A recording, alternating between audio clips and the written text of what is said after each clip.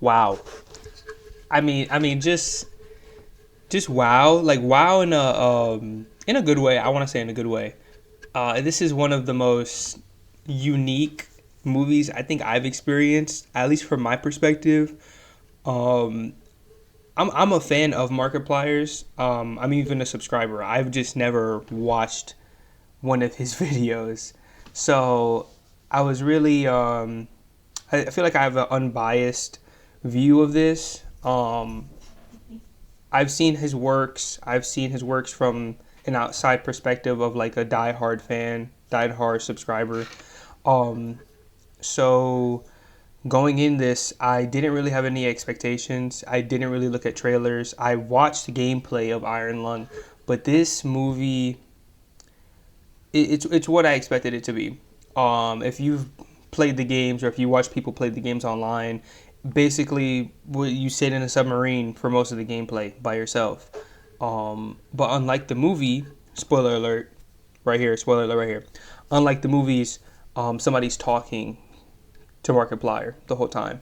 Not the whole time, but most of the time he's talking to somebody, and even once they bring him back up from the surface or bring him back up from the ocean, which is one of my favorite scenes in the whole movie. I think it does the entire plot justice, having at least three more characters.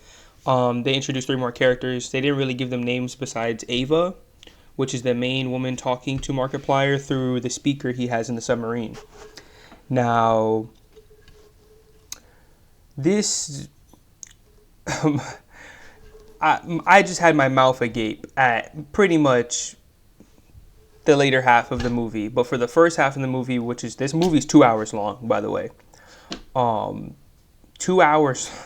It didn't have to be 2 hours long. I feel like the game drags a little bit, especially with the information, the drip feeding of information, and Markiplier was really following the source material at that point because like we're getting drip fed information. Now, if I had a critique, I would say maybe don't do the same drip feeding because that kind of drags the movie out. I feel like the first hour was really dragged out. There were some scenes where it was just very dramatic, staring at the camera or just looking off, like just I don't even want to say aura farming, but it's Markiplier. He just has so much aura. Yeah, but this first hour of the movie made me think it was a silent film because Markiplier barely talked. But then when he started talking, I realized that the dialogue wasn't that good. In my opinion, it wasn't that good. I feel like every other sentence, the F-bomb gets dropped. I feel like this movie rivals the Deadpool and Wolverine movie when it comes to dropping the F-bombs, which I don't have any problem with. However, if you're doing solo acting pretty much, you don't want to be dropping F-bombs and being, you would, I would think you would want to be more expressive physically with how you're feeling instead of just saying, F this, F that, this is effing dumb, But other than that, Markiplier can act. I wouldn't say A-list acting, but definitely B-list. And definitely S tier if you're putting him in Bollywood. But he's a good actor. I just saying the writing needs some help. I feel like there was a lot of M. Night Shyamalan twists during the second, I want to say the fourth act of the movie. There's 4 acts in the movie, but the first 2 acts, very boring, very mellow. And then it really starts to pick up the third act when you start seeing the monster. The monster looks great. Yeah, the monster looks good. It was just that the plot started introducing religious elements that didn't really make sense when they were dropped into the movie or dropped into the plot. And then there was 4 different twists in the span of 20 to 40 minutes. 4 different twists. There was a scene where Markiplier ends up hitting his head. The fish monsters end up crashing the submarine or whatever. He ends up hitting his head. He wakes up, finds out that he has water. Then he drinks some weird substance. I think it was alcohol. I'm not sure. I couldn't read it fast enough. I think my girlfriend said it was alcohol. He drinks this substance, and then he starts tripping after that. So you're led to believe that he has a concussion. His character even said he had a concussion. Starts hearing voices. He's super deep. He's in like a cave or something. Starts hearing voices. Starts losing it. Then he realizes the speaker that was in the submarine, he was hearing a dead woman's voice, pretty much, from it. So he checks the wire behind the speaker. The wire looks like it's been cut or snapped or something like that. So that's like the third twist so far. Concussion, drink weird substance, wire snapped. Dude, it's like... It doesn't make sense when I say it's like a twist. But you come to find out that, well, after the wire snapped, he ends up going through this whole death sequence. It looks like he's dying. It looks like he's dying. He's going through it, or the oxygen ran out and he's dying. That's what you're led to believe. But no, that's we have an M. Night Shyamalan here. So basically, he wakes up.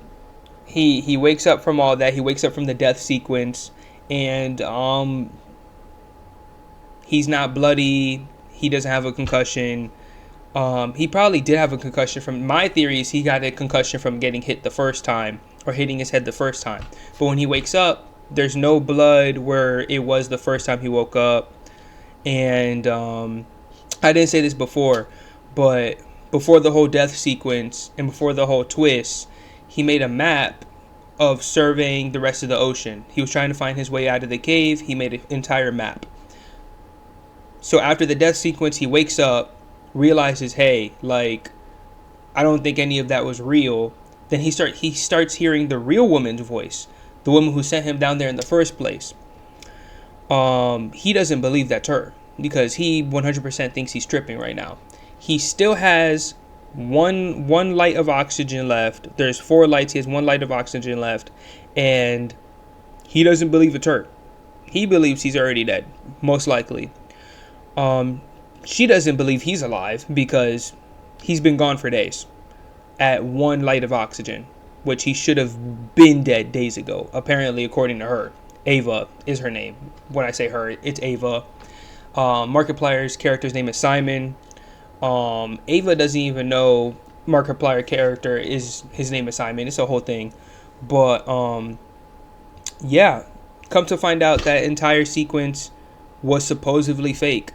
Him getting a concussion, him drinking the substance, the wire, the voice he was hearing, the voices he was hearing, the strange light, the religious light that I'd even mentioned that was hinted at to be like an angel or God or something.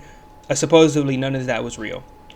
So then Ava's like, yo, dude, you've been gone. And he's like, okay, well, nobody's been looking for me. And at this point, the viewers are led to believe, like, hey, none of that happened.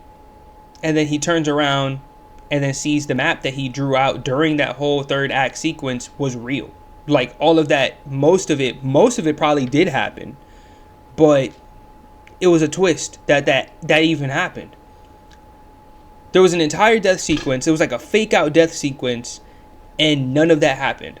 Or at least we're led to believe for the 5th time that this, whatever's happening right now, is really happening.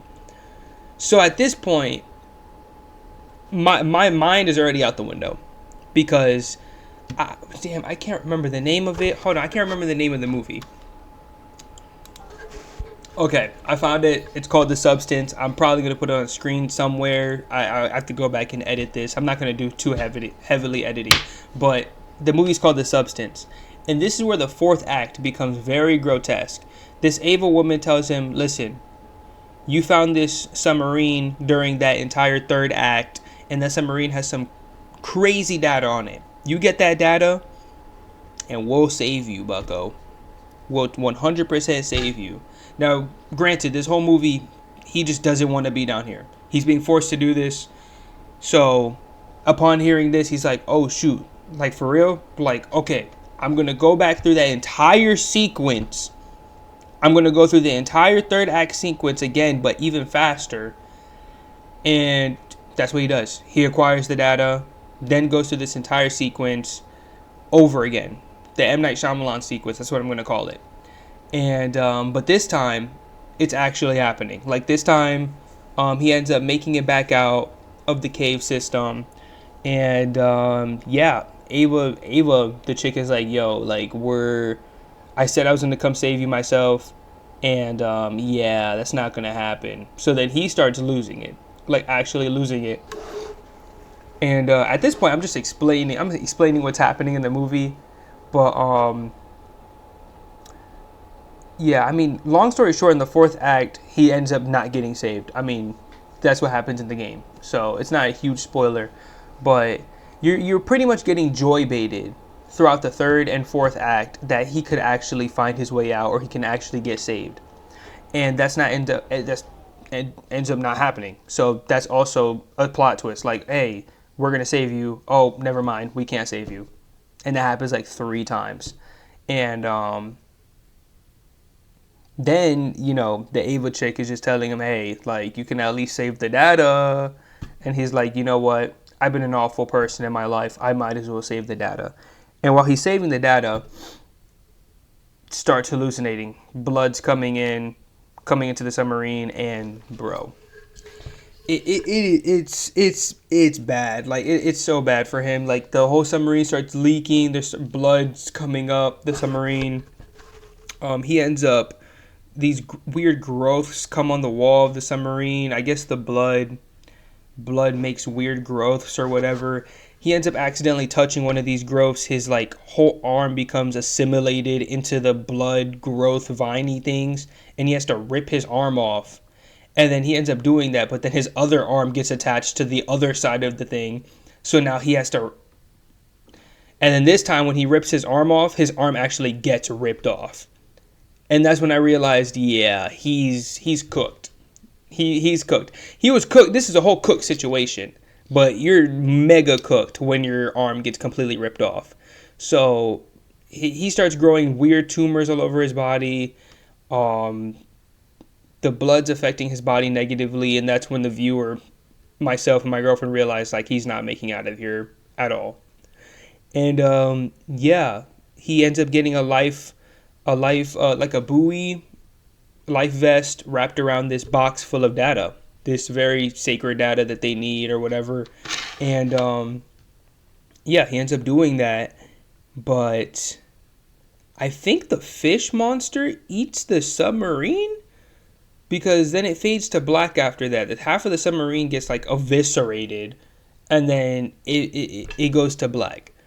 And the last thing you see of this entire movie is the life vest with the data on the surface of the ocean, just there. Like we don't get to see it get picked up.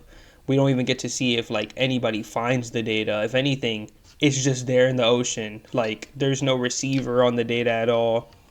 So it's just left very ambiguous.